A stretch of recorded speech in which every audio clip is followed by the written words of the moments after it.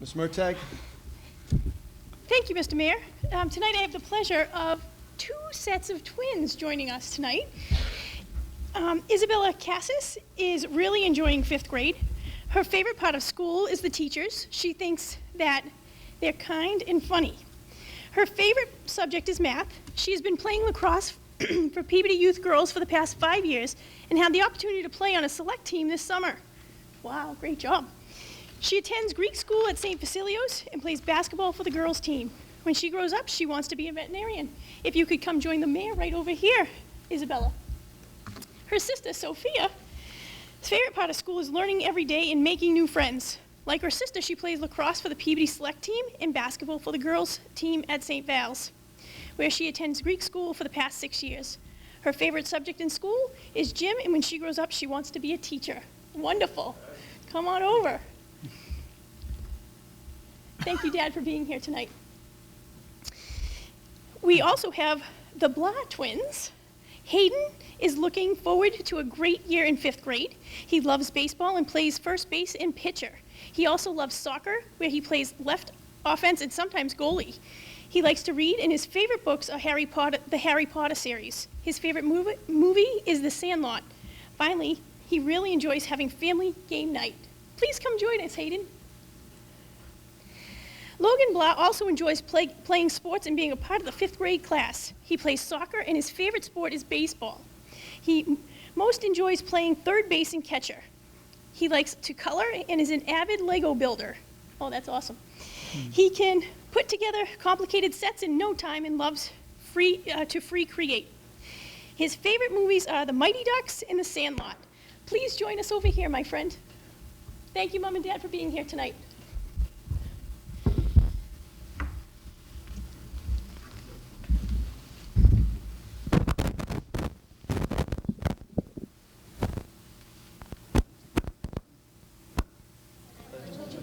To the flag of the United States of America and to the republic for which it stands, one nation, under God, indivisible, with liberty and justice for all. Thank you so much. Mr. Mayor, can I take a picture? Mr. Mayor, can I take a picture?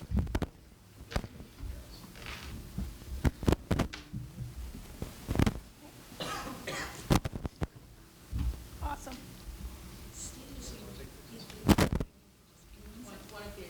I want to thank Mrs. Wade for being here tonight and Dr. Higgins for being here. Oh, and Mom, hi Mom, I didn't meet you. Hi Mom, sorry, thank you for being here tonight. And Dr. Higgins, would you like to come talk about your Peabody Gives? Thank you, everybody.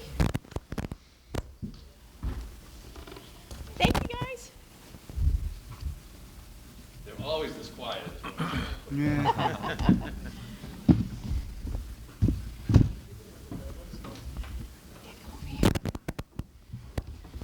Thank you. They're far away. Good evening, everyone, and thank you for this opportunity to talk about our Peabody Gives project. With the board's permission, I'd like to just briefly share a few initiatives that we have going on at the school. I know people have asked questions about it, so very briefly, I just want to tell you, like all the schools here in Peabody, we've been working hard on social-emotional learning for all of our children, and so we put a few initiatives in place that I just want to share with you. I know some of you have seen it and commented on it, and I wanted to invite you to come see it at the school. So through the work with our school council, parents, and under the direction of our assistant principal, Jocelyn Sullivan, at the end of the school year, we were able to create a sensory wall that she actually built with all items herself, about a 4 by 6 foot wall that we have right outside the office. And it's wonderful. We've already seen it at the beginning of the year as new students, especially our little ones, come in and they're nervous. Give them a chance to go over there, some tactile. They get to touch some different things, kind of take their mind off it. We're able to bring them into class very easily. Also, Mrs. Sullivan, worked with one of our 5th grade teachers, Emily Lampkin, and her husband is a teacher up here at the middle school, an art teacher. And so together, they were able to create out in our playground area a lot of different, they were able to paint all kinds of different designs. And some of the things are traditional, what you'd expect to see, a basketball court, hopscotch, things like that. But we also had a few non-traditional social-emotional learning things that help. One that I wanted to share with you very briefly, and it's called the Peace Path. And so if you come by the school, you can actually see this, and we've had students using it already. And so it's two sets of footprints that face each other. And there's little sentence starters that go along with them. So the first one says, I feel blank because blank. And so you may have a couple of children in conflict. And we always want to say to them, did you guys work it out? Did you talk to each other? Well, it's hard for children on their own to be able to do this. So this kind of creates a little structure for them. And I actually saw a couple of second graders do this yesterday. It was really interesting. And so they went and got on the footprints and were able to share with each other.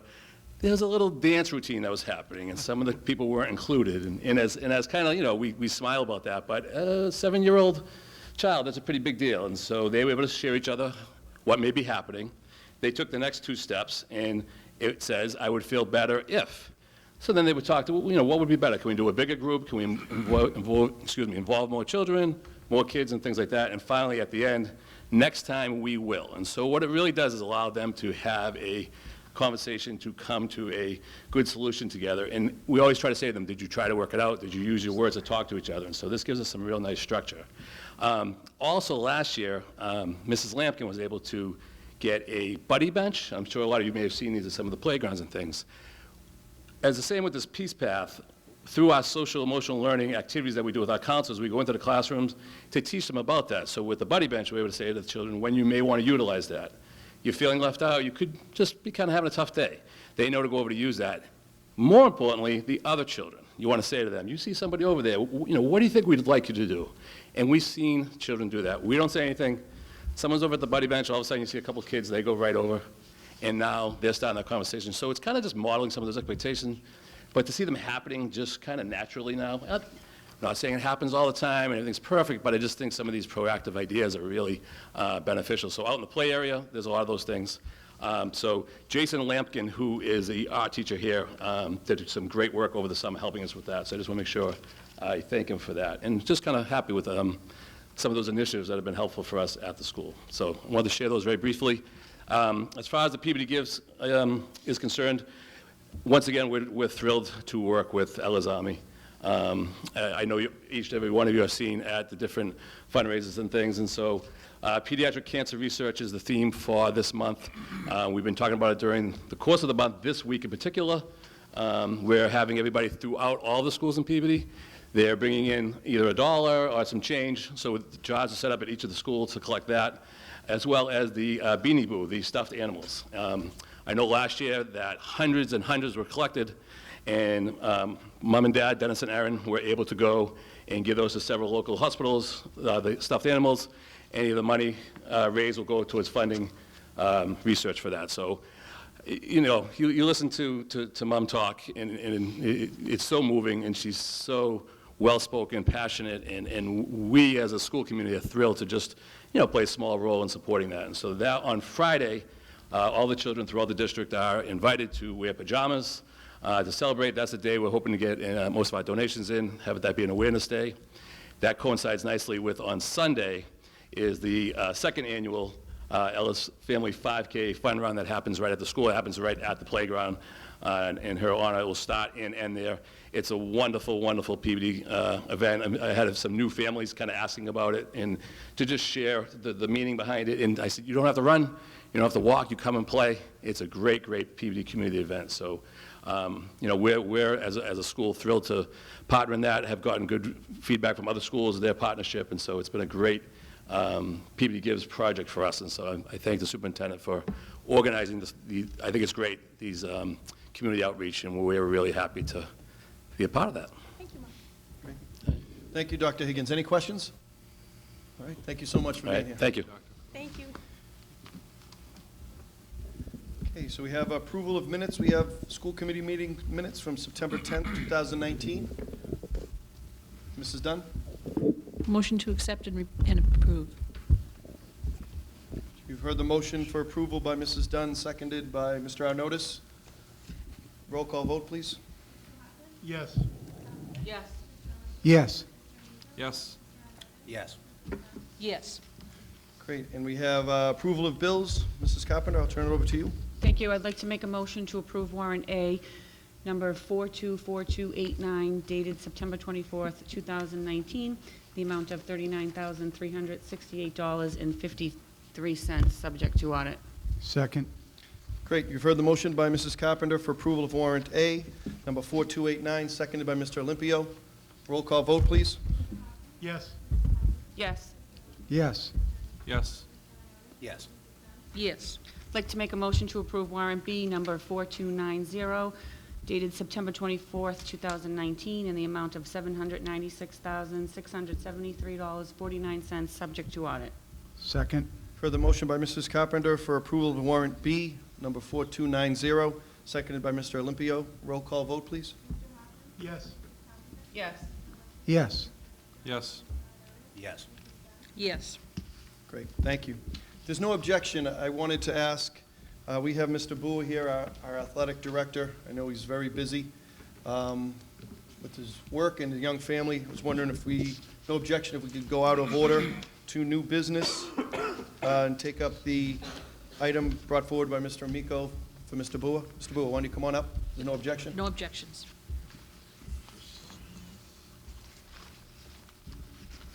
And Mr. Amico, I'll turn it over to you. Yes, through the chair to committee, I just want to thank Mr. Bua. Thank you so much for being here tonight. The reason why I'd asked, I just wanted some information, and maybe the committee can help me out as well on this. We had for our athletic home games, we decided to have free admission for students, and we had a great crowd, and it was a great night for opening night. Some estimates were 1,500 people showed up, and it was just, I mean, everyone saw the stories and the outcome, which it was a great night. My only concern was the crowd and whether or not we want to continue and maybe bring this to either one of the subcommittees to look into the policy of free attendance at the home games, if we want to continue that, and maybe write down some, through one of our subcommittees, look at the policies and regarding attendance of middle school students and whether or not they need to be there with parents or guardians and so forth. I think that came up a few times in the last week or so. So I, through the chair to Mr. Bua, if that's something we can talk about, or we can bring it to one of our subcommittees, either the athletic committee or our policy and standards committee, Ms. Dunn. Sure.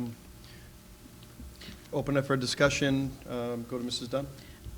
Actually, I think what you've brought up would be a great discussion right now with Mr. Bua. So if we can just hear from Mr. Bua about, the status of those two issues and what's going on and about the letter. Yep, Yeah, and we can Great. figure it out afterwards. Turn it over to you, Mr. Bua, if there's some comments.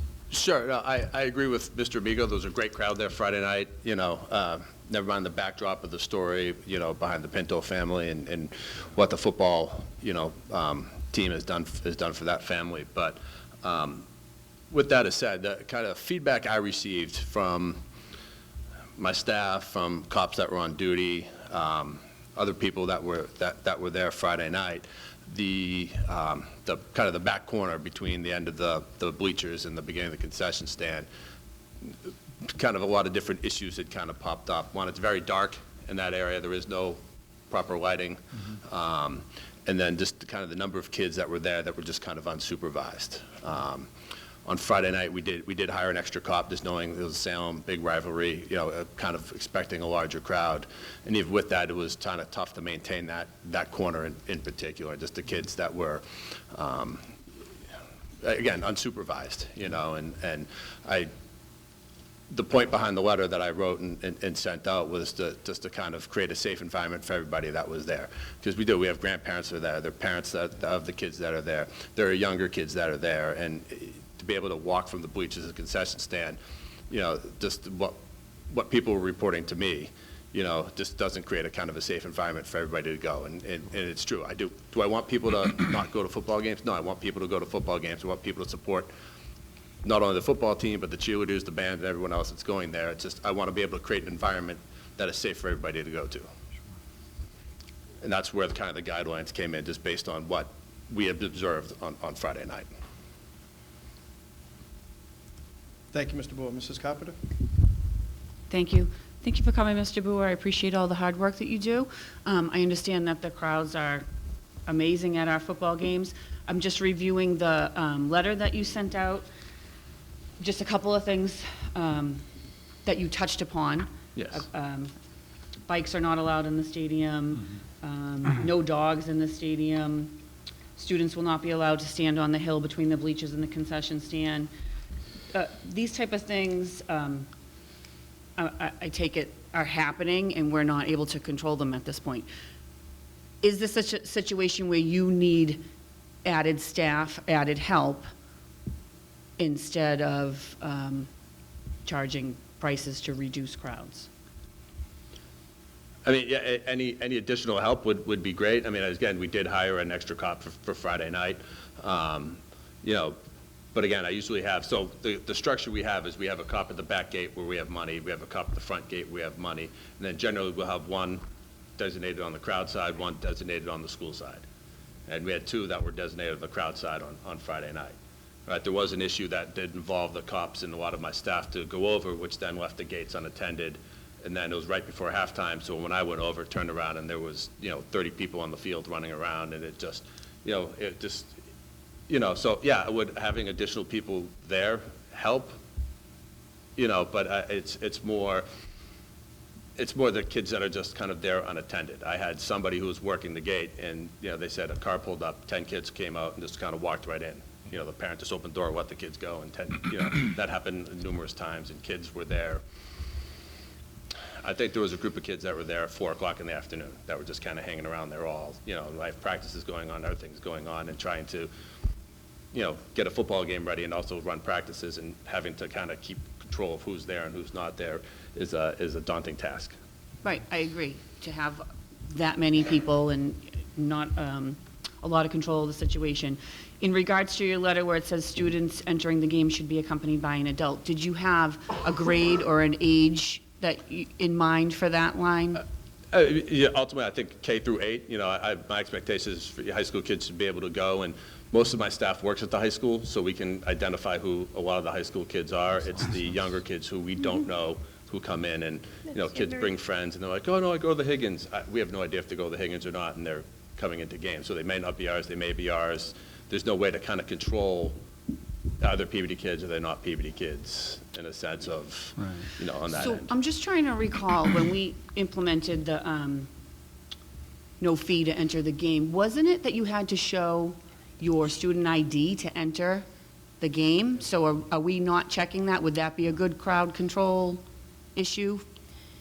My understanding, most of the middle school kids don't have an ID. Or- We do. We do. So they had pictures just taken this Friday, so they will have their new IDs with pictures on them. Middle school and high school kids will have their pictures on them. Elementary will not have their picture on them. And when would they? The problem we run into with IDs is pictures are done this week or next week. IDs come 2 weeks later, and we're 4 home games into the season.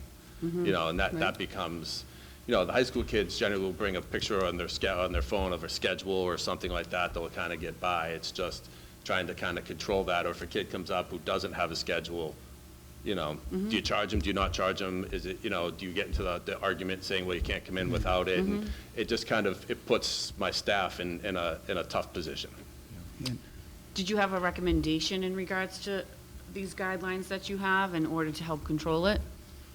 I mean, I think kind of what I laid down would kind of help kind of control a lot of the issues that popped up on Friday night in particular. I mean, there was one point a kid was riding his bike through the crowd, and from what I understand, I didn't see it, was on the bleachers, the front part of the bleachers with his bicycle, and again, just kind of the number of kids in that back corner when issues do come up aren't necessarily the most cooperative when you go over to try to figure out what happened, what went on, and kids are like, oh, I'm not telling you, I don't go here, and it's a lot of that stuff, and I know when I was a kid, did I sit with my parents at football games? Nope. I walked around with my friends. I didn't sit with my parents at football games, but I knew my dad was in the crowd, and I wasn't going to misbehave because my dad was in the crowd, or my parents were there, or so it kind of, there was a check system, even though my parents weren't with me. I knew that they were in the crowd, so it does kind of create some accountability on that end. Right, no, I agree. I don't mean to take up all the time. Just two more questions in regards to the police details. Did we always have 4 or did we have more before? Did we change that? Did that reduce? No. It was 4? No. Okay. Always for, less of Thanksgiving, it's more for the Thanksgiving was crowd. more. Yes. Yeah, no, I agree with your guidelines in here. I'm just wondering how we're going to enforce it if the numbers are the same, the 4 police or however many staff you have. That's why I'm wondering if there's some way we can help. Trying to get non-police help, is hard because people don't want to give up their Friday night to go and monitor a corner where they know it's going to be, they're going to get, they're not going to, it's not going to be a cooperative situation for them, and that's the hard part. So I'm just what I'm trying to do is trying to maintain as best I can a safe environment for everybody who goes, even for the kids in that corner. For a lot of understanding, it wasn't very safe for a lot of those kids in that corner either, even with the additional staff that we had that Friday night. Thank you. Thanks, Mrs. Carpenter. Yeah. Mr. Olympio? Yeah, through the chair, Mr. Boer, thank you for all you do and all your hard work. I was at that game, and I was standing near, that area, and the one thing that struck me was when we were kids, I think what helped those situations was we had a visitor side, and I think a lot of the commotion, and I don't want to say trouble, but there was some tension with Peabody and Salem kids that weren't there really to watch the football game. They were there to, just hang around. Right. And I think if, when we were kids or younger, the visitors kind of stayed on the visitors' side and the home team stayed on the home side. And that kind of probably helped the situation, kind of diffused some tensions and things like that, because it is dark in that corner. But I did see a police officer walk around in that corner, and but the language, and there was some tension there, and but I think it had a lot to do with actually high school kids who really weren't there watching the game. I mean, there was 90% of the students there were watching the game, but there was a couple of dozen, and I'm not sure if they're from Salem, Peabody, but I know that it was both mixed together, and some of the children were looking for some trouble. So, but I wonder, like I said, when we were younger, the visitors, I know when I go to visit in stadiums, that's what you sit with the visitor inside, and the home is on the other side, and so you don't get into a lot of, close quarters and things like that, and hey, you pushed me, and kid stuff, but that's the one thing that struck me. Thank you. Thank you, Mr. Olympio. Mr. Amico? Thank you. Through the chair to the committee. No, I agree with you, Mr. Olympio. I think when we started this whole free attendance policy to our home games, we wanted to draw crowds to our games. We wanted to get kids involved. And with everything that's been said here tonight, we must remember that a majority, if not most of the kids that attended this game behaved in a they were great. They were there Correct. to, watch the game, maybe hang out with friends, but most of them were great. There were a few, but, we own that few. So, if that's something that we have to look at in regards to the free attendance policy, maybe that's something we look at. I don't know if that would deter behavior, but I think their behavior at sporting events should be the same behavior that we see in schools, and I think we need to address that. But I'm open to suggestions. And part of what I wanted to get across in the letter is that this is a school event, Exactly. and school rules still do apply as well. But a lot of the earlier points before that were kind of specific things that I felt needed to be addressed specifically for Friday night. And, and with good weather, more people come out. When it rains, people aren't going to flock to the game. When the team is winning, people are going to go and watch. And so, next 2 Friday nights, I want to make sure I have a plan in place that I can ensure a fun family environment. And that's ultimately what I'm looking to have here.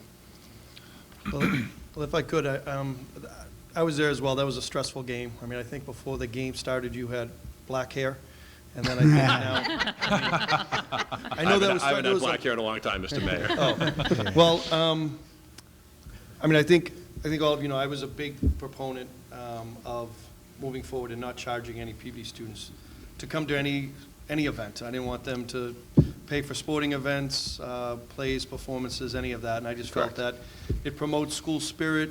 I kind of actually, one of the reasons that I wanted to do it was to have middle school kids come, feel a part of the community, feel a part of Peabody High School, and then they'll want to be a part of Peabody High School, go to Peabody High School. So that was always a big proponent of that. I knew there'd be issues that would pop up. I think there were a lot of special circumstances that game, the Salem-Peabody game that brought a lot of people to it. But I was aware of some incidents, and I know it put a lot of stress on people who were working there. And overall, I thought they did a very good job under some difficult circumstances. I'm still a believer in this. I still really feel that we shouldn't be charging Peabody kids to come to those type of events. But I understand that there's going to be difficult moments, and this was one of them. And I think you're right, Mr. Boer, to bring it to us, and Mr. Miko to bring it to us for discussion. I wouldn't be supportive of doing away with it, certainly. I think it merits maybe some further discussion and see how it goes, with maybe some changes. I think the Salem-Peabody rivalry, those Salem kids brought a lot of trouble. It wasn't Peabody kids. I'm just going to go with that. I love evening news. Yeah. We were all thinking that. I'm only kidding. But I don't know. I've always believed in this, and and truthfully too, I think if we were to charge kids, they're still going to come to the game in a big moment. I mean, every Friday night when it's not sports season or when it's not football season, and I got two of these middle school creatures at my house, and they go to the skating rink and pay a few bucks, and hang out with their friends and enjoy being in company with each other. I feel like they're going to pay $5 to do the same thing. I don't really see this as really much of a money issue in terms of charging students. I see this as more of a implementing some of the things that I think you've done well here, Mr. Boer, and bringing towards us. I don't really see it as an issue if my child wants to go to a game and she's with a big group of friends. I'm going to probably give her $5 to go. So I don't really see it too much as a money issue. I see it more of a, we learned a lot from this past game. We've put some measures in place, and then see how it goes going forward. And sorry not to interrupt, but that's kind of what here are the guidelines. And I know you're a big, proponent of it, and again, I think it does bring some great school spirit. I think, the stretch of basketball season, the amount of students who go to games, and the environment there is great. And, again, 90% of the football games are great. It's just always, when these one or two issues pop up, but just being able to set of guidelines that I can at least kind of go to my staff and say, this is the expectation when kids do show up, that, here are some of the kind of safety measures we put in place to make sure that kids are safe, and the whole kind of part with parents, as I said, it holds the kids accountable knowing that they have somebody there. Now, does every kid have to go with a parent? No. If I brought my daughter and her 3 friends, they're there with me. They're not just being dropped off and I'm, going to Toscano's for a couple of hours. I'm looking to kind of have something in place where there's somebody who is ultimately responsible for these kids, so if something does happen, there's a way to kind of make sure we get taken care of quickly, and there's another adult there that is also. And I definitely, if I was you, you were probably smart not to mess around with your father being in the stands, because you don't want to mess around with your dad. I still don't mess around with my dad. No. And I'll go on public record and say that. It's going to go into the history of the school committee right now. Thank you, Mr. Chairman. I just had a couple questions, Mr. Sure. Boer. I know, did this letter go home to every student in our district, or was it just sent out to the high school students? High school and middle school. I would like to get it out to the elementary schools, but it did go out to high school and middle school. Okay. No, I'm glad it went out to the lower level. And I know there was confusion from many parents because there's just one line, if you could put a correction on that one, if it can go out to the elementary, that students K through 8 entering the game is recommended that they be accompanied by an adult for safety reasons. And I put it right there because some people just don't think of that. The other question is, the area, I know the area you're talking about is dark.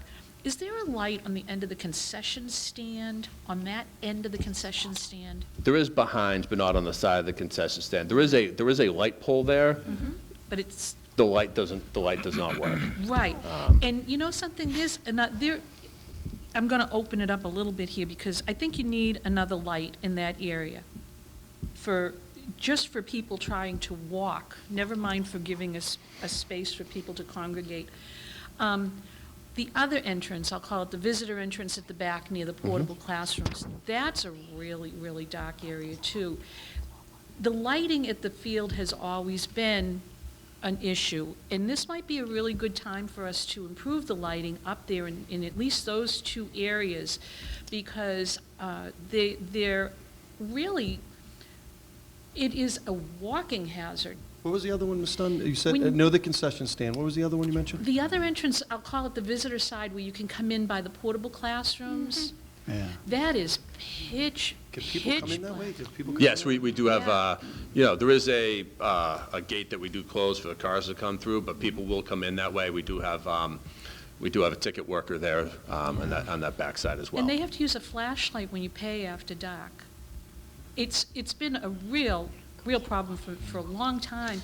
If we could get some lights, we've got structures there, if we could just get some lights put onto those areas, it might help a lot. And I think we've needed it, it should be done anyway.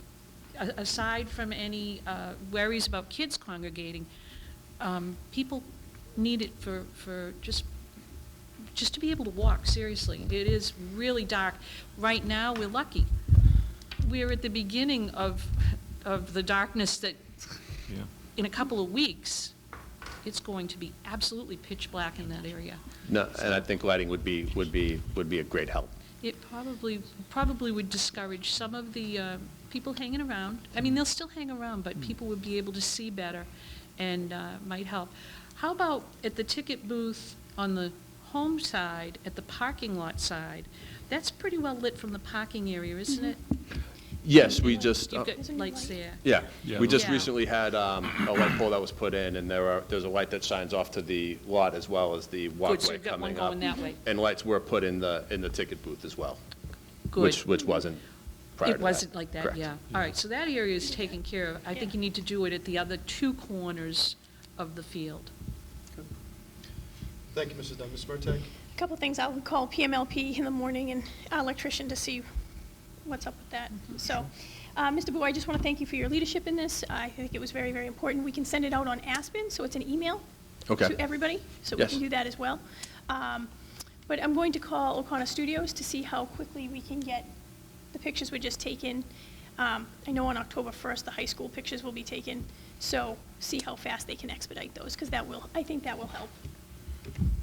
Yeah, again, just some ways so kids to be able to say, yeah, no, I'm a student, or some way to kind of identify whether it's a, Higgins sweatshirt or a picture of their schedule or something that they can show that they are a student, because, what ends up happening is it's out there across the NEC that Peabody kids get in for free, and so friends from Danvers will call up their friends, say, who's your English teacher? And they'll come in and say, I Miss Healy, and they just walk right in, and they're from Danvers, and and it just kind of, it does kind of create that situation. So any way that we can help kind of identify the Peabody students would be, would make it easier for the staff that I have working. Yeah, so, We're thank working you. on facial recognition software.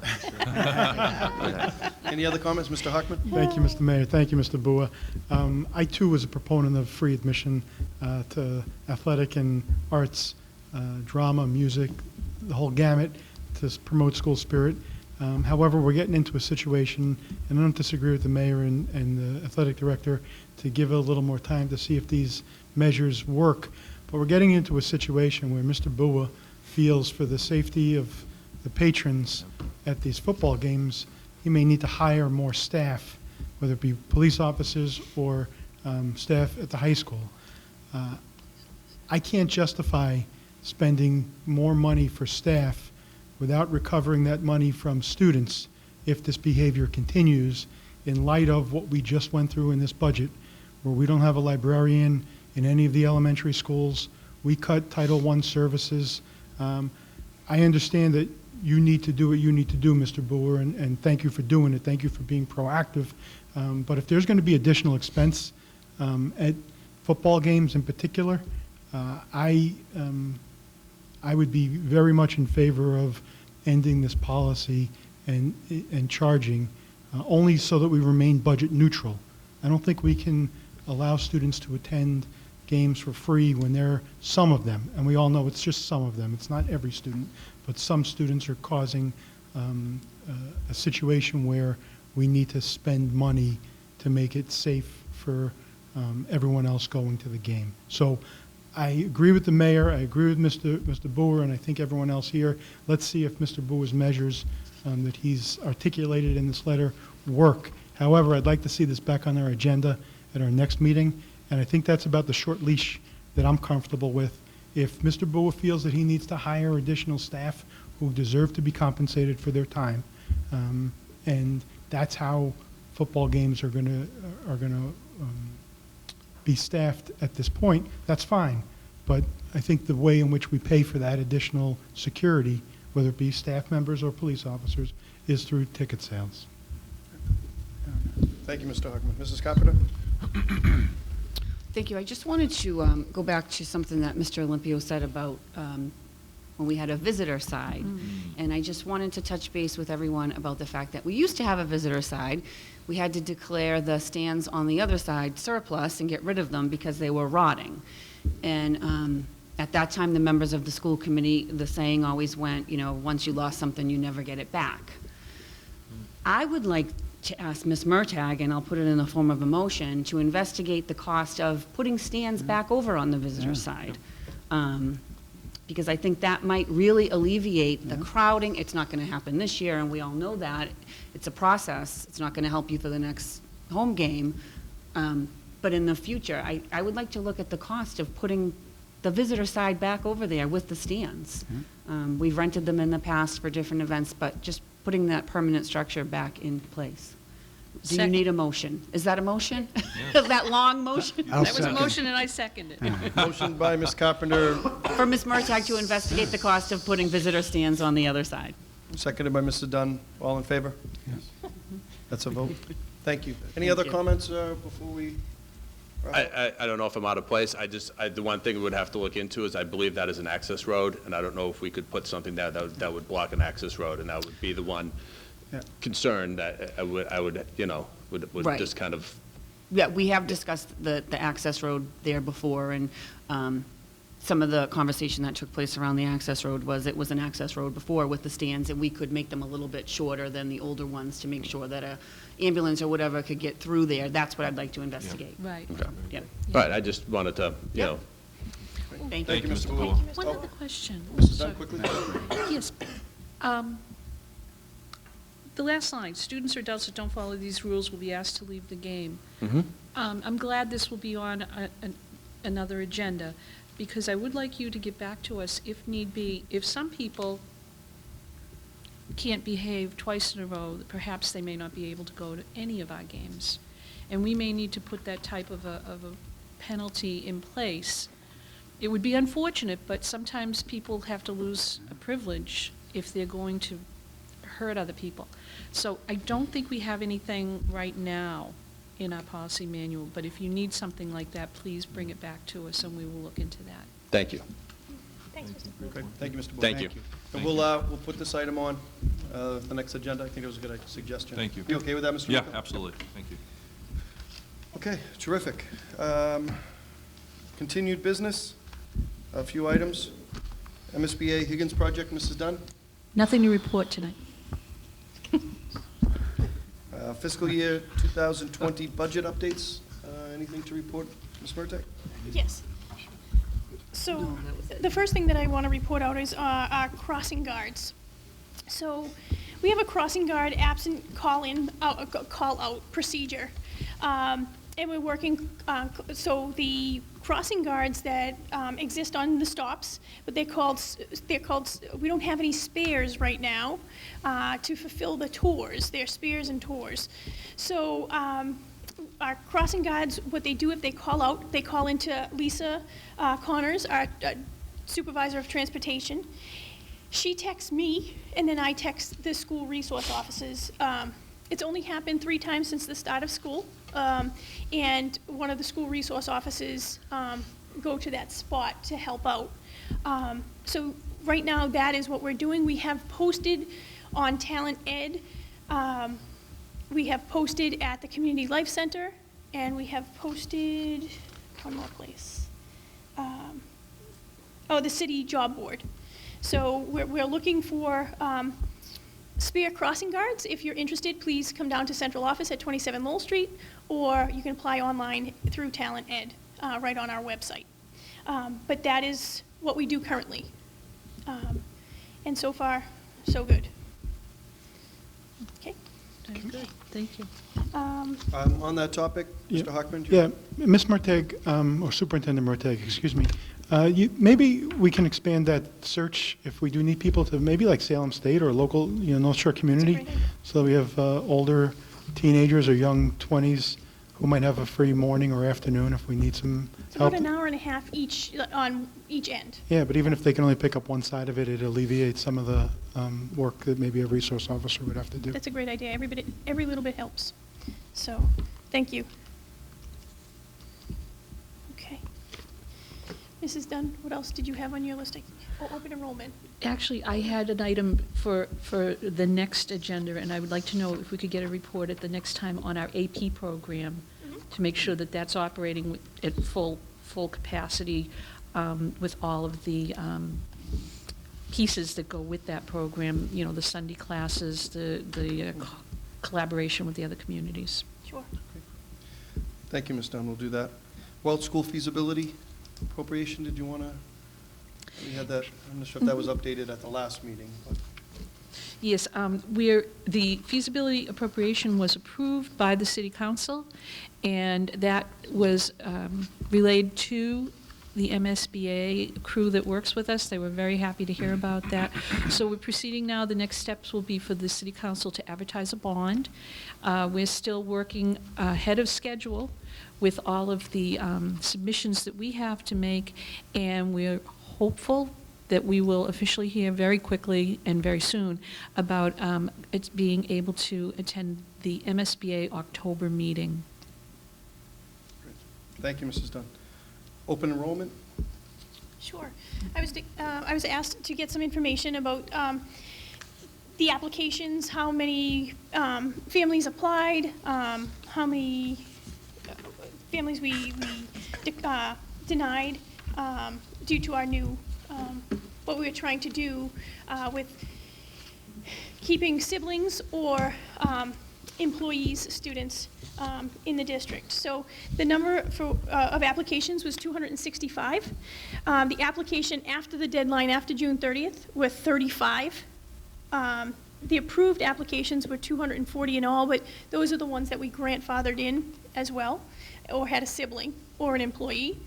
And I denied 60 applications above and beyond the 35 that came in after the date.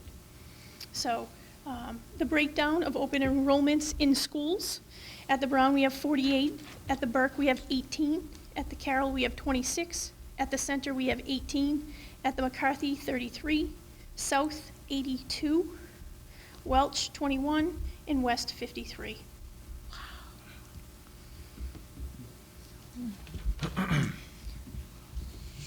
Thank you, Ms. Merteg. It's a lot of work. That is really an amazing amount of students in the district who have been moved to different buildings.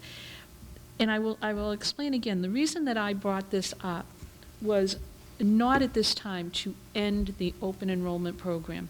If it works for us and it works for parents, then it's a good program. And I know it has helped many people, and it has helped us as well as far as being able to adjust the student numbers in the buildings.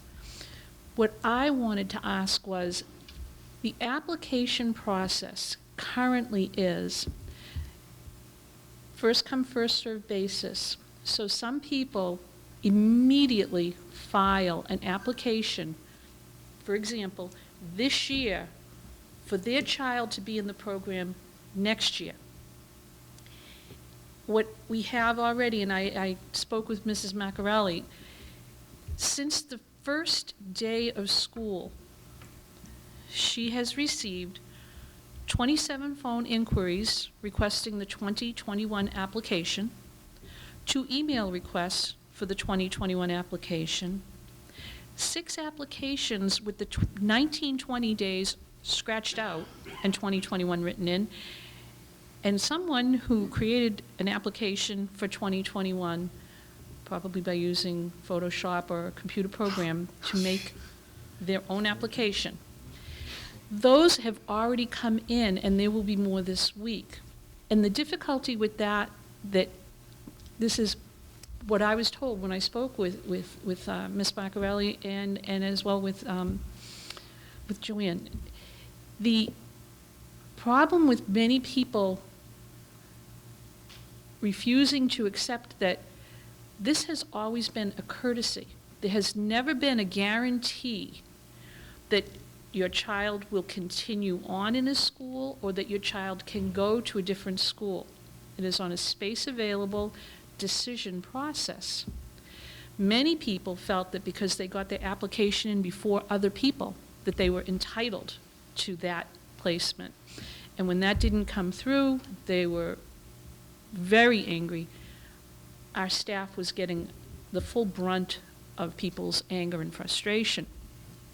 What I would like to ask is that we don't open the application period until sometime in the spring. And I'll be honest, I think the two people that have to deal with it the most are our two secretaries. I would ask them what time of year would work best for that, as well as with the superintendent, and have a shorter application period, and to stress to people that this is not a guarantee. It never has been a guarantee. It has always been a discretionary program. And the sense of entitlement and absolute requirements that their child will be in that program, that is not a given.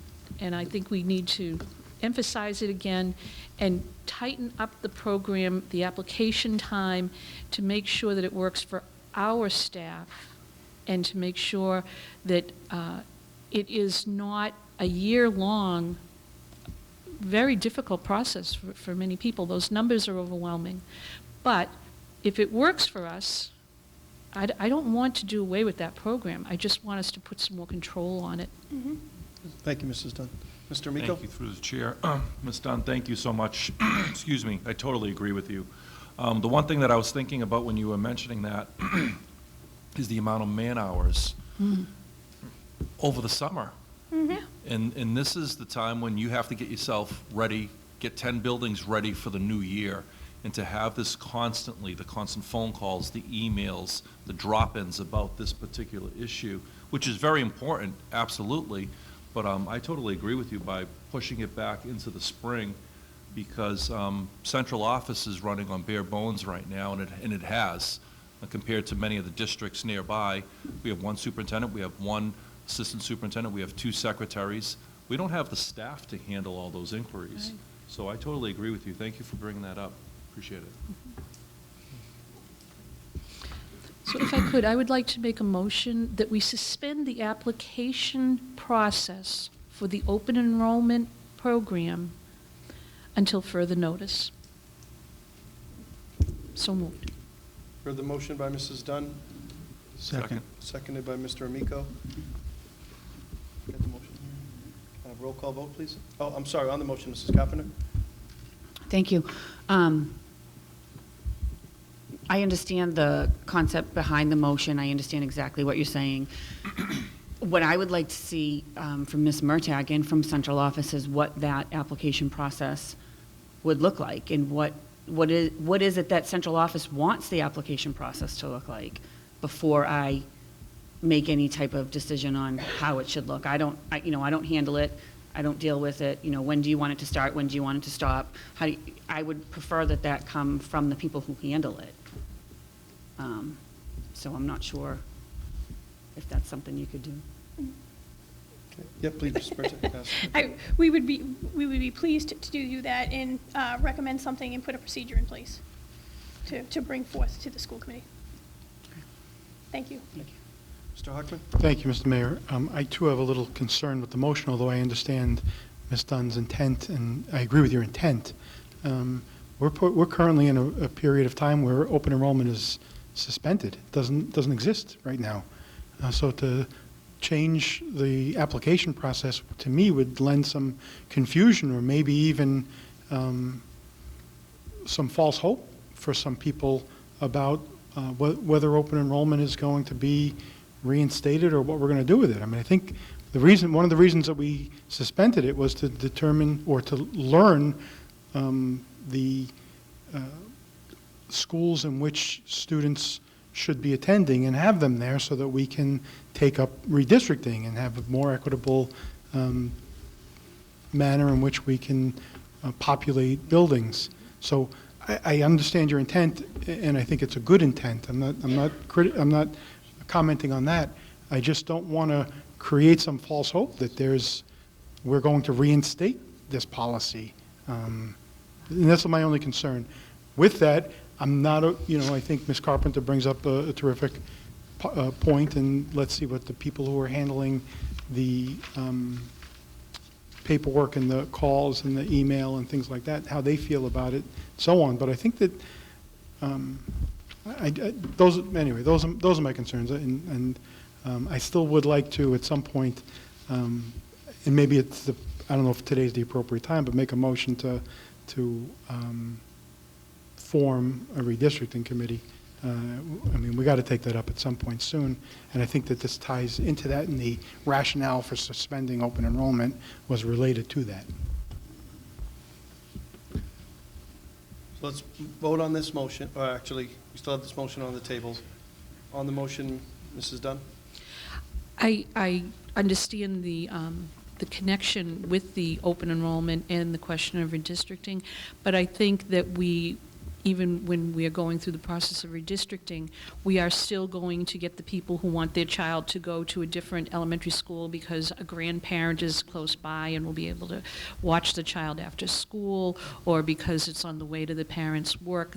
There are always going to be those very different questions no matter which school someone is going to. But on this, what I would just like to do is just tell people, we're not accepting any applications right now, not at all.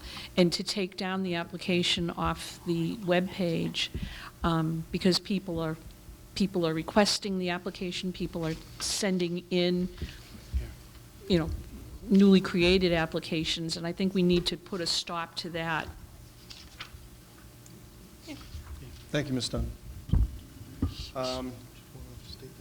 Sure. That's something that if somebody does send in an application, whether it's made up on their own, created on their own, or, using the form from this current year, that I can write a letter back at this time we are suspended, so they get a return back, understanding what we're doing. Yeah. I'd be more than happy to do so. On the pending motion, Mr. Hockman, then Mr. Olympia. Through the chair to Ms. Dunn, if you were to amend your motion to just simply say that we're not accepting applications at this time, Well, actually, I'll be honest, not to interrupt you, but Yeah. my motion was to suspend the application process Right, for the open enrollment program I think it went on to say until the spring or some other, until if we can just. until a date in the future. If we can just suspend it, I'm all in favor of that, and I can Yeah. certainly support that. Yeah, that is, could you read back the motion?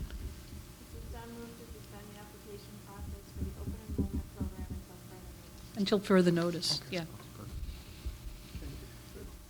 On the motion, Mr. Olympia? Yeah, through the chair, on page 5 of the minutes, it says that the open enrollment was tabled, not suspended. Oh, the discussion was tabled till this meeting. Okay, but we didn't suspend it, though. No, Okay, all right. not at the last meeting. Okay. All right, I thought I might have misheard that somebody say that we suspended it. We Didn't you did. think that they suspended it? I thought we did it during the That's- budget Yeah, process. if I, Point of order, Mr. Miko? do you yes, have during the budget season, and we can look at the minutes on this, but I believe we suspended it except for the special circumstances of siblings. I believe, isn't that And employees? Students, and that's it. And that was it. So there were some special circumstances within that. I thought that was school choice. I thought it was school choice as well. It was both. Yeah. It was- That's how we did it I all. believe it Oh. was both. It was both. I think it was school choice. All right. I'm, I believe it's Mr. Hockman. Yeah, thank you. I'm almost positive on this because I remember talking about it in connection, in relation to redistricting and giving us an opportunity to see where kids would organically go to school, what schools they would go to. And I had a few conversations with Ms. Mertag over the summer about, there were some constituents who were disappointed in not being approved for open enrollment because the policy was that we weren't going to grant open enrollment. So that's, and we can look at the minutes and maybe get a report back next meeting. But I'm almost positive on this, that it was both open enrollment and school choice. Mrs. Carpenter? Okay, I'm almost positive it was. No, wait, I just want to clarify. Wow. School choice is when a student that doesn't live in Peabody opts to come in. We had the conversation, very lengthy, and some of us made the point that if we do not allow it, then we're not going to be able to allow our staff to bring their kids. Right. So we left it open with the discretion of the superintendent to decide who was going to come in for school choice. We did not vote about open enrollment. It's that's different. Yeah. It is. There's no suspension on either one of them. Well, I'm going to be very interested to look at the minutes from months ago I and am see right. who is right. I did look at the I'm minutes. not sure. I believe Ms. Carpenter is right on that. I believe you are. Let's take a Now vote. I'll go back. Mrs. Dunn? Until Ms. Dunn says something. When a constituent wrote an email to me, and I had explained the open enrollment process, and they wrote back and told me that they had spoken with someone else on the school committee who explained that the process had been, that the program had been suspended. I was surprised too, so I did look at the minutes, and the discussion was more with the open enrollment because of being able to have staff bring their children here and for the school district to be able to be reimbursed for School choice. employee, which is school choice. We didn't suspend open enrollment. We did talk about what to do about open enrollment, but we didn't suspend it. And it was a vote on the school choice. Dinner at the Jade. Yeah. And Well, and just one more. I think we'll just have to get the record and check on that. Real quickly, Ms. Olympio? Yeah, but school choice for the high school was suspended. Yes. Completely. There was no, No, it was, no, we No? kept we kept the high school, We put a suggestion. okay, yeah. yeah. All right, we're just gonna have to check the Yep. record. We'll get all the minutes. Yep. No. We'll check the record on that. We still have a pending motion. Yep. If there's no further comments, everybody prepared to vote? Roll call, please. Yes. Present. Yes. Yes.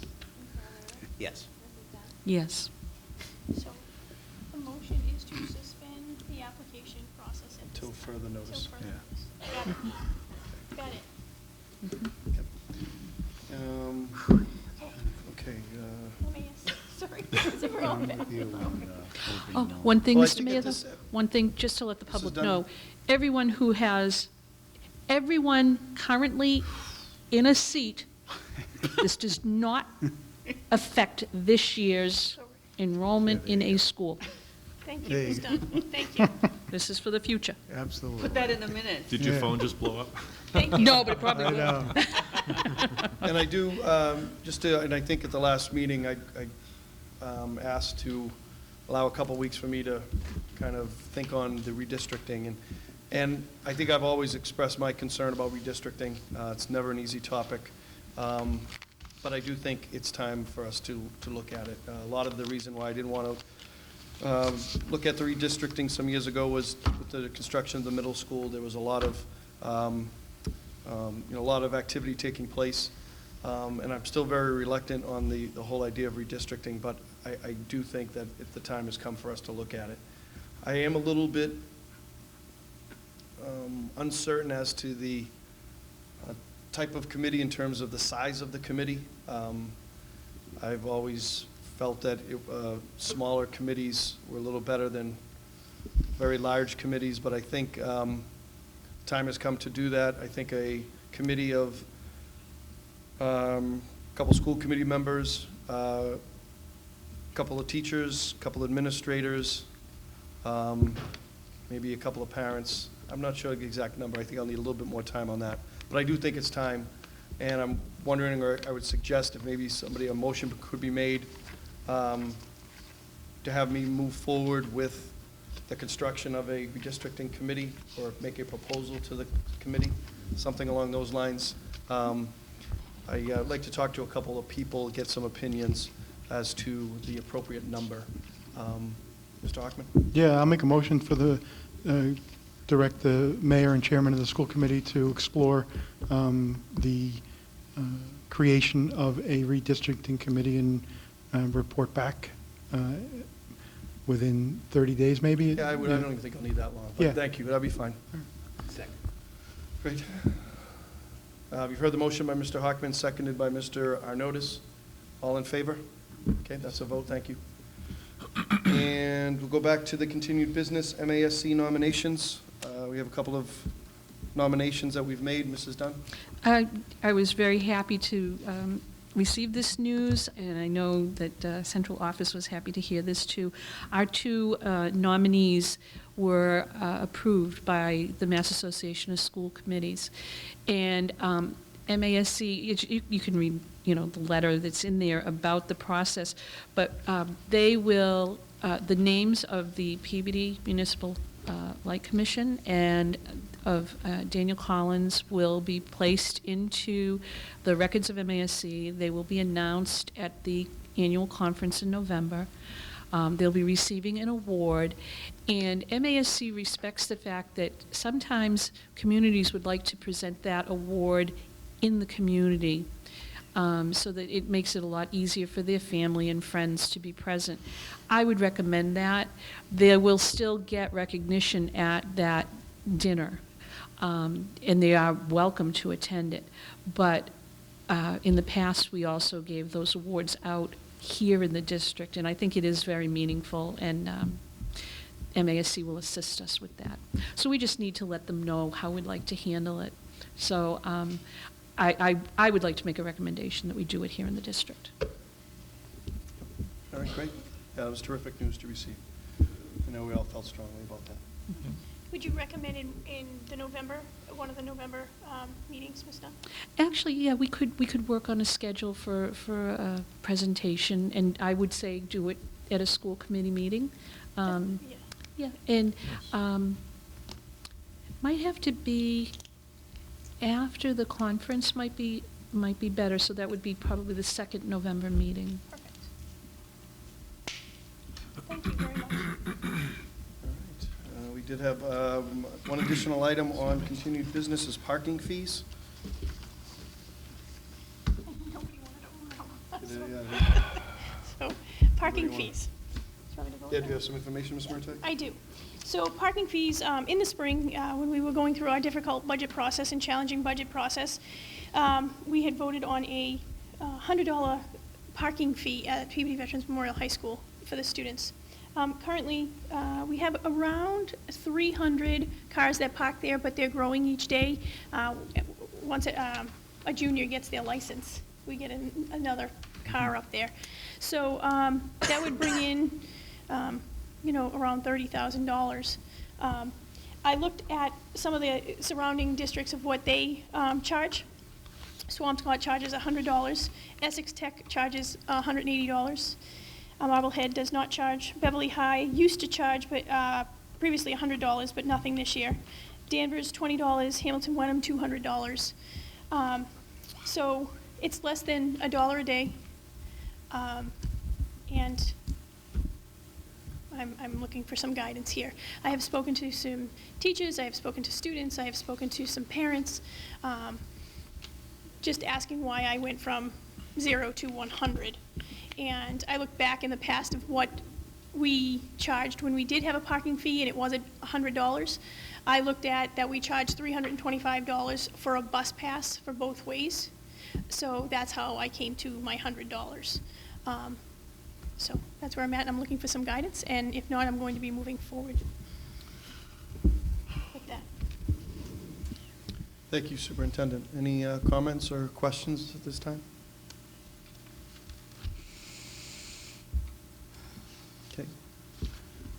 we'll hold this item, or we'll file that as a report. Do you want me to hold it this time, or move forward with what we have discussed in the spring to move forward as, Are you looking for direction from us to keep, it going or yes, to. implement it in We some have way, not, or just- we have not started it due to the fact that we have NEASC in the district, and we'll be updating you on that in a few minutes. But it's just been a very, very busy start, exciting, honest, awesome start, but it's just been super busy, and we were looking to start this after NEASC finished in our district. Mr. Arnottis? Well, speaking for myself, I'd be comfortable with you implementing it and starting it. I think it's time. I think we hashed this out during the budget process. I don't think it's unfair. I understand it's a change, and change is difficult, but as you just mentioned, there's several other communities that do it. We charge, what, $325 for a bus pass. And let's play hypothetical here. If you have a student who maybe can't afford a $3,000 or $4,000 car and car insurance and the registration that comes with that, what is that student probably going to do? They're probably going to pay for the bus pass, and maybe their parents are not paying for that bus pass. I don't think $100 on top of the substantial price it takes to put a car on the road these days is outlandish by any means to be able to drive that to and from school. We saw that with other high schools around the area, and you will see that if you go on to a four-year college. I can tell you at UMass Amherst, it was a lot more than $100. If you didn't pay it, you paid a lot more than that. So I don't think this is unreasonable. As Mr. Hockman mentioned a little while ago, we are missing librarians. We went after Title I. There were some big decisions we had to make, and we nickeled and dimed it as much as we could. And this was one of the ways we did it. So I don't frankly see anyone here, excuse me, being vocal about this. And if there are, I hope we'll hear them soon. But again, I have no issue with this. So I hope you move forward implementing it. Okay. Mrs. Dunn, then Mrs. Carpenter? I'll just say what I said when we had the original discussion. I don't know if it's still on the books, but there was a requirement that any parking fee had to be rationally related to the usage of the parking lot. In other words, when we first had a parking fee, it was implemented to pay for security to monitor the student parking lot. And I think that you have to you have to keep that money separate and make sure that it is spent only in the parking area. Directly, it has to be directly related. That law may not still be on the books, I don't know, but I do think you need to look at it with that kind of money coming in to make sure that it's appropriated appropriately. Thank you. Mrs. Carpenter? Thank you. Mrs. Dunn, that was something else that I was going to bring up, and I just wanted to point out, I was on the losing side of this motion. I still do not agree with it. In regards to the bus passes, these students are getting a service, they're getting a ride to and from school. In regards to the parking fee, I'm not sure what the service is that they're getting, but in relation to what Ms. Dunn brought up, that's what I was going to bring up. We need to make sure that that student parking lot is plowed, maintained, taken care of. So I'm not sure what the service is, what they're paying for. They're paying for a spot, a piece of land, but I don't agree with it. There's nothing I can do about it because I lost, but I will just make my point now while the subject is up. Thank you. Thank you. Mr. Olympio? No, I also, too, was against it, but I did have some parents reach out to me. They were concerned with where that money was going as well, like, where is it earmarked to? So I think people want to know, they're paying the fee, where is it going to? So I think that would be important to communicate to them, what's that money going to be used for? Security cameras. All right. Mr. Mayor? Oh, I'm sorry. Mr. Yeah, Hockman? thank you. I voted for this. Wasn't one of my happy votes, but in the budget process, when we were looking at losing reading specialists, and the choice was, how do we get a little creative and come up with ways in which we're going to raise some revenue? I think respectfully, I think the security or the clearing of parking spaces with snow, or how the money is being used, I get it's changed, but I think those are all red herrings. Because everybody who plays athletics pays an athletic fee. And I've seen our JV soccer teams and our JV baseball teams wear uniforms that are 10, 12, 15 years old. I'm not sure what the the student athletes who are participating in those activities, who are paying a fee as well, are getting for their fee. I mean, it's a way in which we are forced to, unfortunately, provide for our students. Without these fees, we don't have the ability under the current budgetary process, and hopefully that's changing from the state level, and I'm happy to see some momentum there. But until that changes, we're unfortunately have to find user fees for kids and families to absorb, and that doesn't make anybody here happy. Nobody wants to do this. But frankly, what do you get for the $100 parking spot? You know, I go into Boston, I go to court, you know, I'm paying $35 for a parking space. What am I paying $35 for a parking space for? So I don't get a ticket, my car doesn't get towed if I park it on the street, or I'm not driving around for an hour looking for a parking space and get yelled at by a judge or a client because I'm late for court. They're getting to park in a parking lot. You go downtown, there's a meter, right? If you want to go shopping downtown, there's a parking meter, or you can buy an annual parking pass from the city. Unfortunately, we've been charging for parking everywhere except for our high school. And unfortunately, the time's come where we needed to get creative. I hope we can do away with this policy at some point when the formula for funding education changes. But this wasn't a happy vote. But I say I'm in agreement with Mr. Arnottis. Move forward, Ms. Mertag. I think part of the problem also, in addition to the change, was there was a difficult transition over the summer due to a change in the principal that was unfortunate and unforeseen, and there's some level of lack of communication to parents and students who would be parking. So I think that contributed to it. But move forward. Let's get this in the rearview mirror, and hopefully we can talk about it again in May when we deal with the budget, and we can do something else. All right. Thank you, Mr. Hawk. Thank you. Through the chair of the committee, I actually voted for this parking fee, but now that I look at it, the only reason why I voted for it is because it was a budgetary issue. And I think we're down a dangerous road where we use the budget as the excuse to assess all these fees to our students. And I think hopefully with the new formula coming out and good news coming out of the State House, hopefully we can take away some of these fees, because it isn't fair to our students. And I understand that we pay fees when we go parking in Boston and athletic fees, but at the end of the day, we shouldn't be putting this on our kids. They have enough stresses that they have to do. Some of them have to work just to get by, and they're adding, and we're charging them to park in our school just to go to school. To me, again, I voted for it because it was a budgetary issue, but hopefully with next year's budget, I'd look to eliminate that if I could. Thank you, Mr. Miko. Okay. Next is public participation. Is there anyone in the audience that would like to come forward and speak? The microphone is available. Now we'll go to Superintendent's report. Superintendent Mertag. Thank you, Mr. Mayor.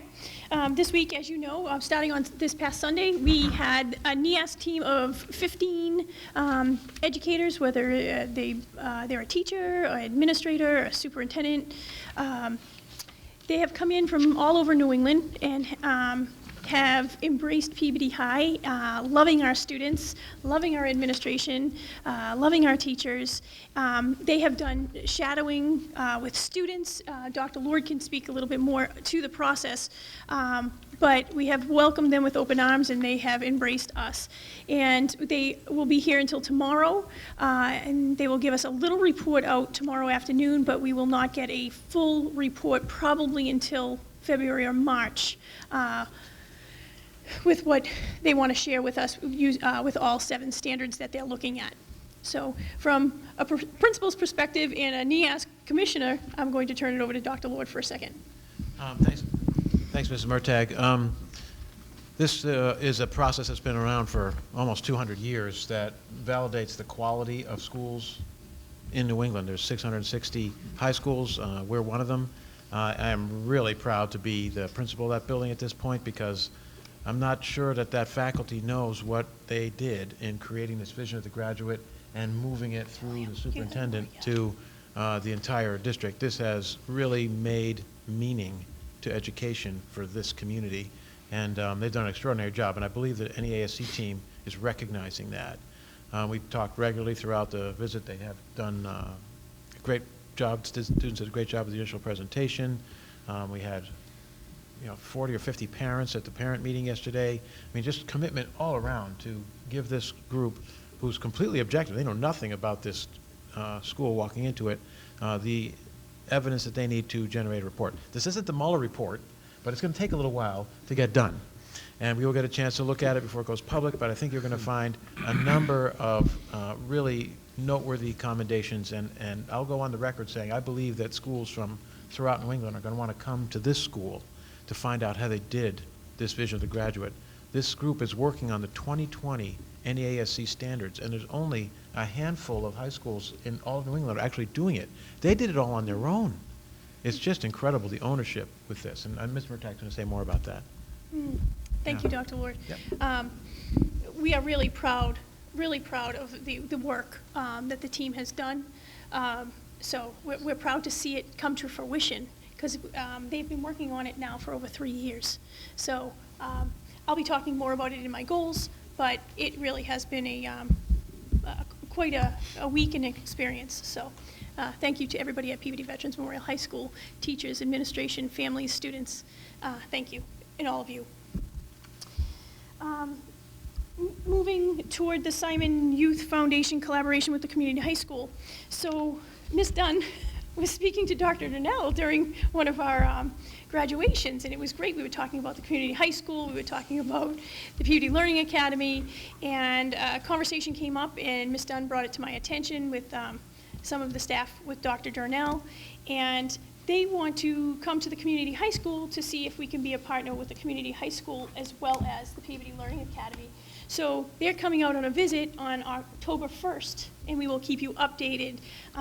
They have really supported us, the Simon Youth Foundation. They have supported our students. They have given scholarships and space and items to our students, and we love the partnership. So we're hoping, we have filled out applications, that's due October 1st as well, but they're coming to visit the community high school with Mr. Canty, Mr. Bedard, Ms. Dunn, the mayor, and myself, and any of you are welcome to come as well, and I'll be sending out some invitations, and Dr. Lord, of course. So that's exciting news, so thank you. Surplus phones. So we are so excited under capital improvements. We got our phone system a little stressful at the end of the summer. It came right down to the wire, but we have all new phones in the district. They're all working, they're up, they're fancy, and they're working well. And so thank you to all of you again, and thank you, Mr. Mayor, because it was a safety concern for me. Phones are so important to be able to get a hold of everybody. So they're all up and running. So we have all of the other 17-year-old phones that I was working with the phone company as well as our IT department. And I said, well, can't somebody else use these, like someplace? They're like, Kara, they're surplus. They cannot be used. They're old, they're no use. Some of them, you can't even see the number come up. So I have to ask all of you to be able to let me dispose of them and call them surplus. So I need a vote. Motion to follow the recommendation of the superintendent. You've heard the motion by Mr. Amico. Second. Seconded by Mrs. Dunn. Roll call vote. Yes. Yes. Yes. Yes. Yes. Yes. Thank you. And I wanted to thank the committee and also thank the city council. That was a unanimous vote to move forward with this purchase, which I think was necessary and important. So I wanted to recognize the school committee and the city council. Thank you, Mr. Mayor. Me too. Thank you very much. The Pay to Ride program is something that in one of our policies. The applications went out.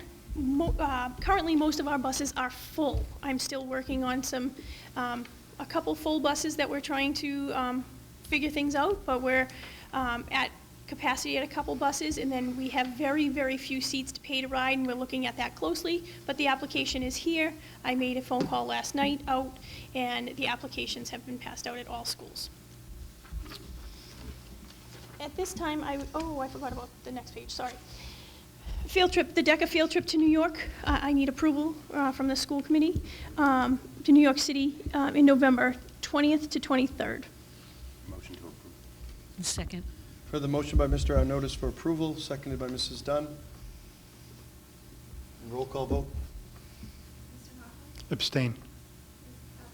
Yes. Yes. Yes. Yes. Yes. Thank you. We have quite a few donations, and I need your approval to accept them. $2,000 from Cell Signaling Technology to the Carroll School. Motion to accept with gratitude? Second. For the motion by Mrs. Carpenter, seconded by Mrs. Dunn. All in favor? That's a vote. I'm going to go to the next one. Another $2,000 from Cell Signaling Technology to West School. Motion to accept with gratitude? Second. For the motion by Mrs. Carpenter for approval, seconded by Mrs. Dunn. All in favor? That's a vote. $1,000 from Craney Home Services to CFCE of the North Shore. Motion to accept with gratitude? Second. For the motion by Mrs. Carpenter, seconded by Mrs. Dunn for approval. All in favor? That's a vote. Our Cosmo students were so excited about this next one. That's why I put the pictures in the packet. They were super excited. Oh, they want to do my hair. They were so excited. So living proof products from Tiffany Karoga to Peabody Veterans Memorial High School Cosmo program. Motion to accept with gratitude? It's great product. It's great Second. product. For the motion by Mrs. Carpenter, seconded by Mrs. Dunn. All in favor? That's a vote. Right. And at this time, I would like to present with Dr. Lord, the superintendent schools for 2019-2020. Dr. Lord.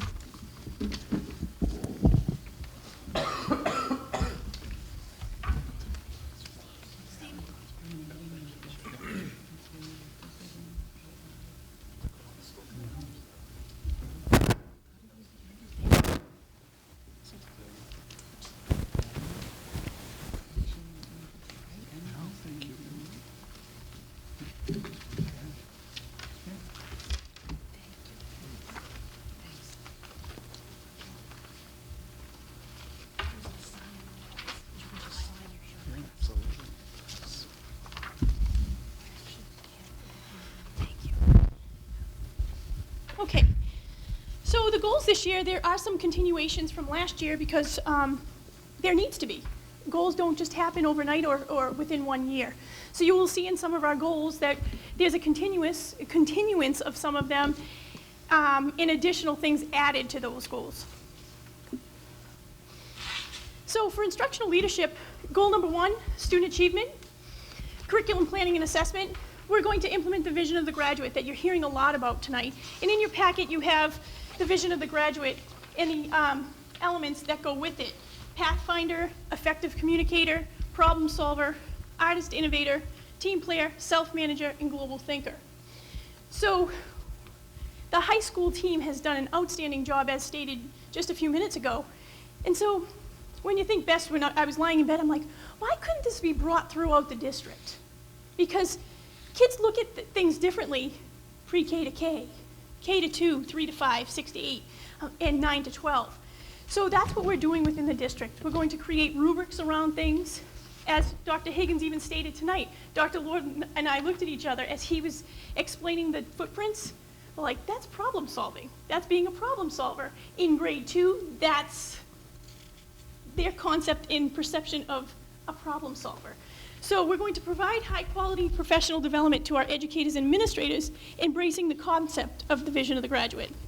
We're going to exhibit student work that illustrates the applications of the 7 indicators, and we're going to review, edit, and establish links to the curriculum with the rubrics. And those elements were made by Rob Surrett, who is the artist that created these paintings in this library and in all of our schools. And basically, they're the Peabody Public Schools elements that he created for us in discussion with teachers and administrators this summer. Student achievement continued.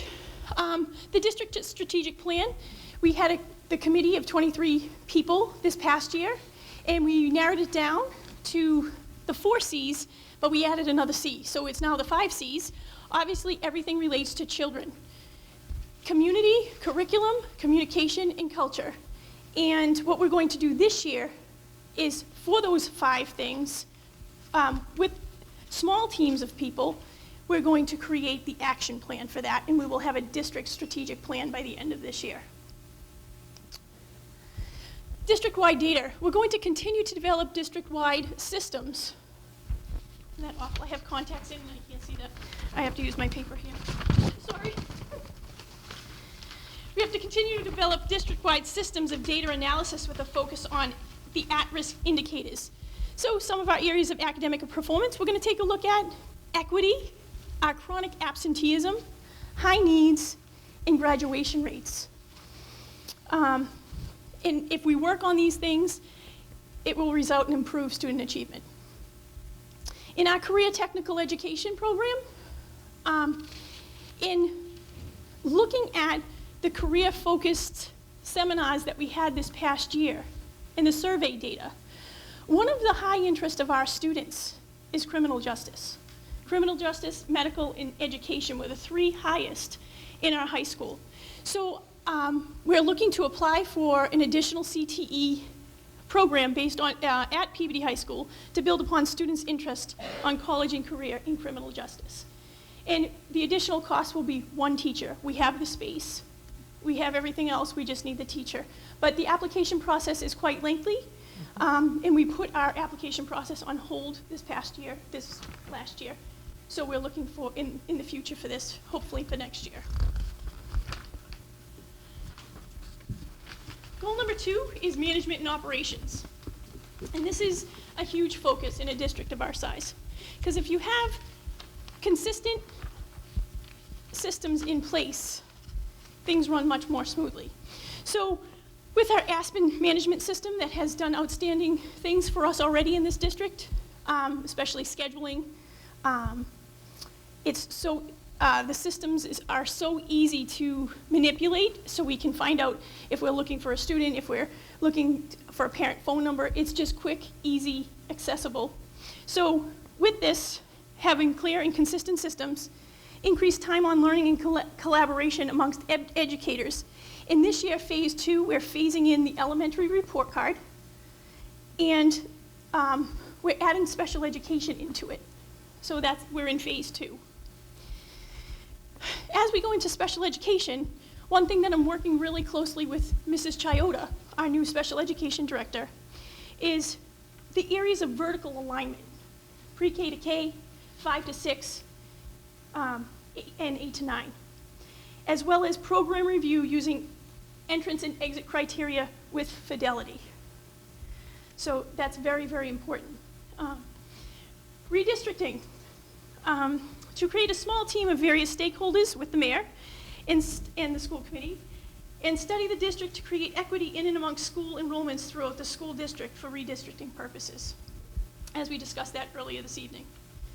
The budgetary process, we have our new business manager coming October 7th. We're very excited about that. And we want to develop and implement and apply a transparent budget process and a fiscally sound FY21 budget. Goal number 3 is under family and community engagement. And Peabody Gives is growing. And students have asked me, Ms. Murtagh, why do we just do it, with students? My mother and my father want to help, my aunt wants to help. I said, all right, let's expand it. So to expand the Peabody Gives program to include students, parents, guardians, teachers, and community members. So that's what we're going to do, because Peabody Gives with gratitude initiative towards volunteerism and empowering service learning. And our 4th goal is professional and positive culture. To build passion, enthusiasm, and rapport into the daily habits of work that leads to increased student engagement in positive, healthy, and safe school environments, or schools. So things such as, this is just examples of staff and student recognition, celebrate perfect and near perfect attendance, conduct pre and post culture survey. We did one in June. We're going to do another one in the spring of this year. Social emotional learning is always at the forefront, because if you're not in a good space, the learning's not going to happen. Mindfulness and continued authentic conversations between and amongst educators, administrators, and students. So I don't know, as I'm going through my goals, I don't know if you have seen a continuous pattern, but our district goals, the superintendent and assistant superintendent goals, are all making connections, and we want to make those connections with the teacher goals and the student learning goals. So there's a thread and a pattern throughout what we're doing throughout the district. So I'll take some questions if you have any.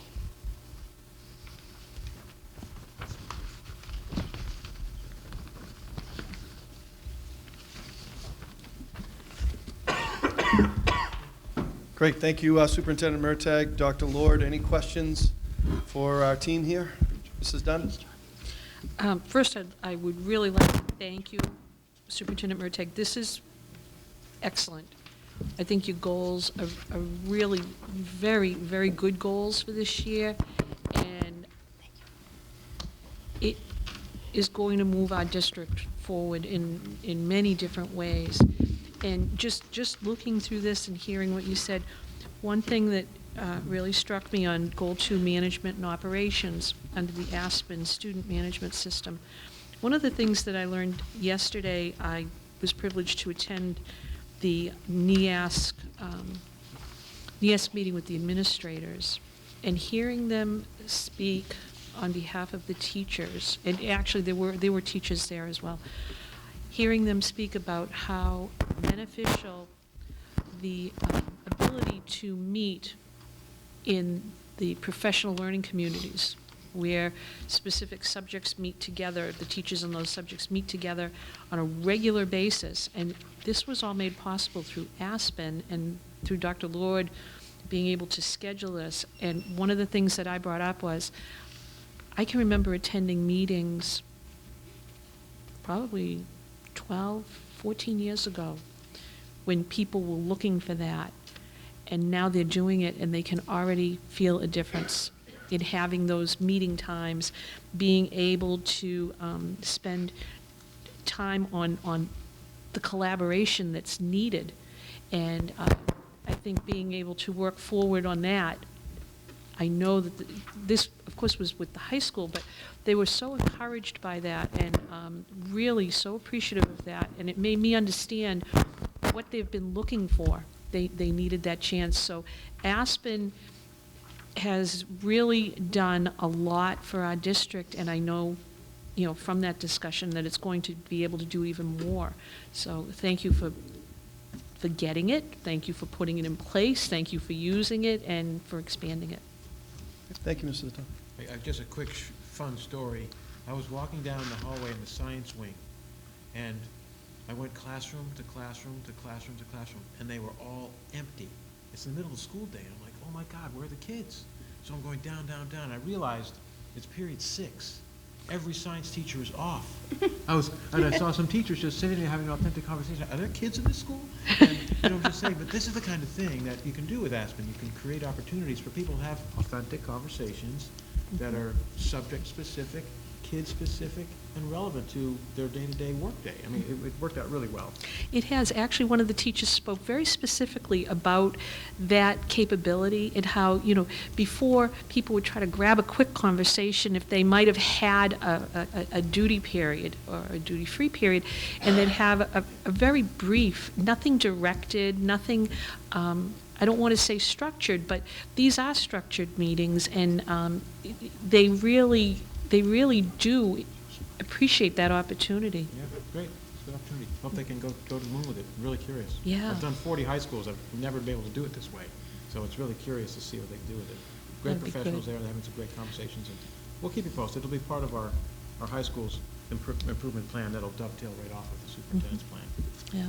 Great, thank you, Dr. Lord. Mr. Hockman? Yeah, on that point, yesterday during the NEASC sessions, I sat in on the parent session, and there were similar accolades provided to the Aspen system by parents in their ability to maintain and see what was going on within their students'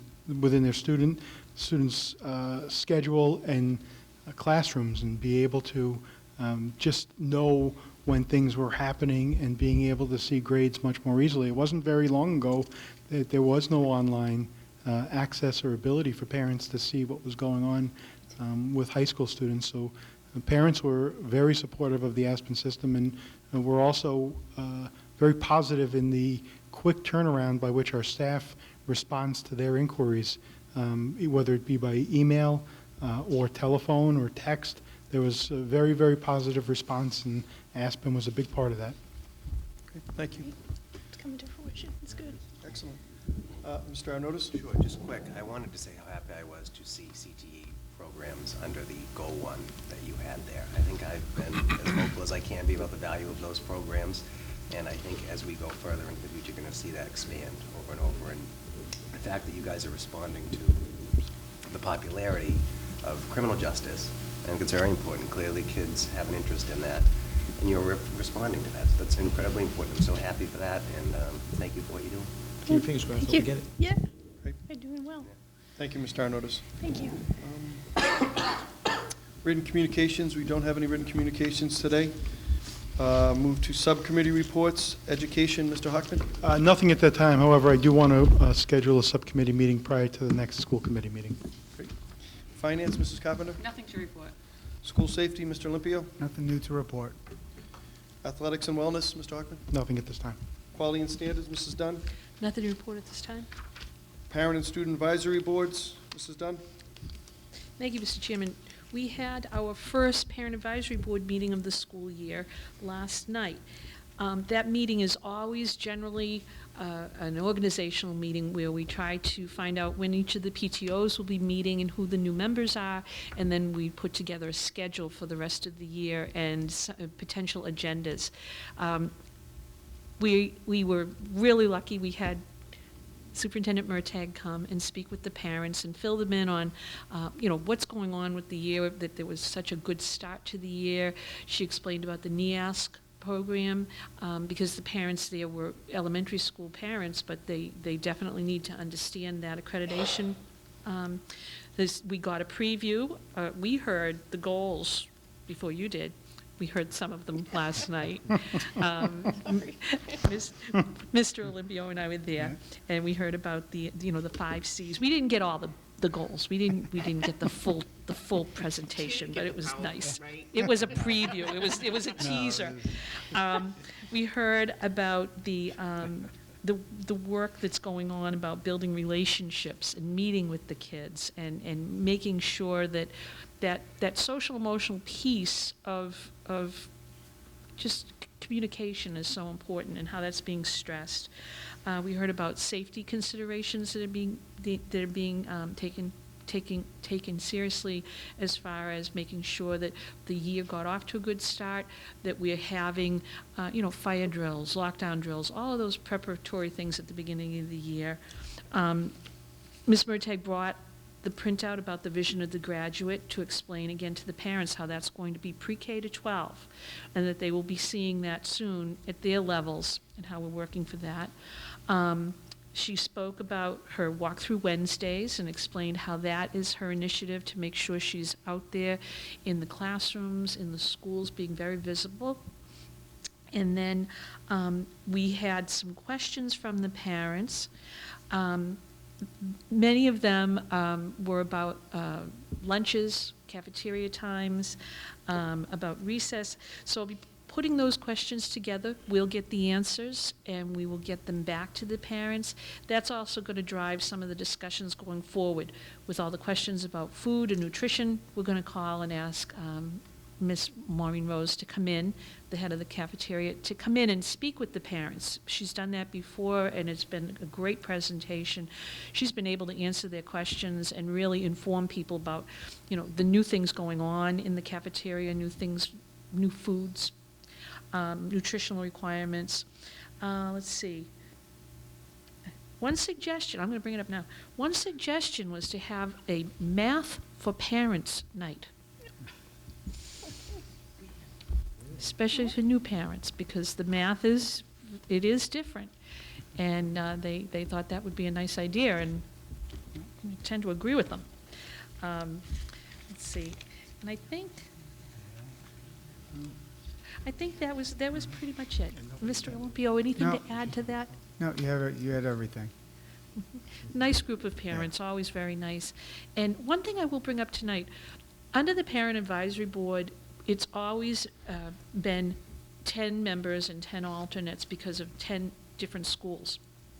So some schools are definitely trying to find a representative to come so that they can bring information back to their PTOs. When Parent Advisory Board was originally begun, and in the mission and vision statement and the bylaws, that can be open to programs as well. And one of the things that I'd like to recommend is that we extend an invitation to any parent representative from the community school, a parent representative from the Learning Academy. Years ago, we had a member who represented the Title I schools. It was a Title I parent. I think at that time, I think it was a requirement of Title I, but that was why we had written the mission and vision statement that way. So with your permission, I'm going to extend an invitation to ask them if they might have someone that would like to come attend our meetings. The more people that know what's going on and can share information and bring good information to the board, I think it's always going to be very helpful. Great, sure. That's great. Thank you, Mrs. Dunn. Thank you. Building and Grounds, Mr. Miko. Nothing at this point, thank you. Special Education Parent Advisory Board, Mr. Olympio. Yes, we are meeting here tomorrow night at 6 o'clock, and I anticipate a good turnout. Mrs. Chioda, the new Special Education Director, will be attending, so a lot of parents are looking forward to meet her firsthand, so Great. looking forward to it. Thank you. Thank you, Mr. Olympio. City Council Legislative Delegation, Mr. Arnottis. Yes, there's a meeting scheduled, tomorrow for 6:30 p.m. in the PBMHS library with the liaison to the City Council subcommittee. Great. Thank you, Mr. Arnottis. Ms. Murtagh?